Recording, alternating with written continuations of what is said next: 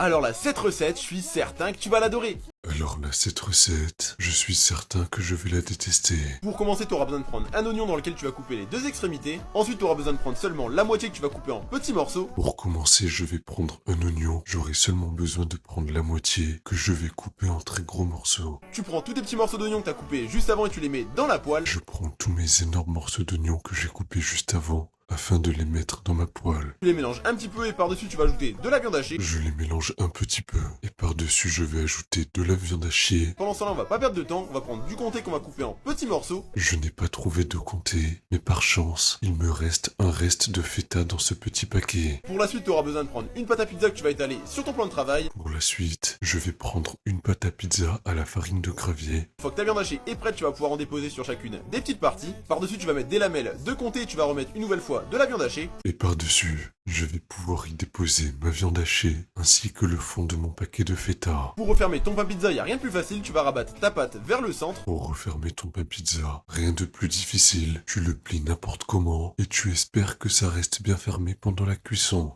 Tu vas commencer par faire cuire ça à la poêle sans matière grasse. Pour la première partie de la cuisson, petit showcase dans la poêle. Et une fois fini, il te reste plus qu'à déguster. Et une fois fini, il ne me reste plus qu'à m'intoxiquer. Je vais goûter et vous donner ma note de 1 à 10.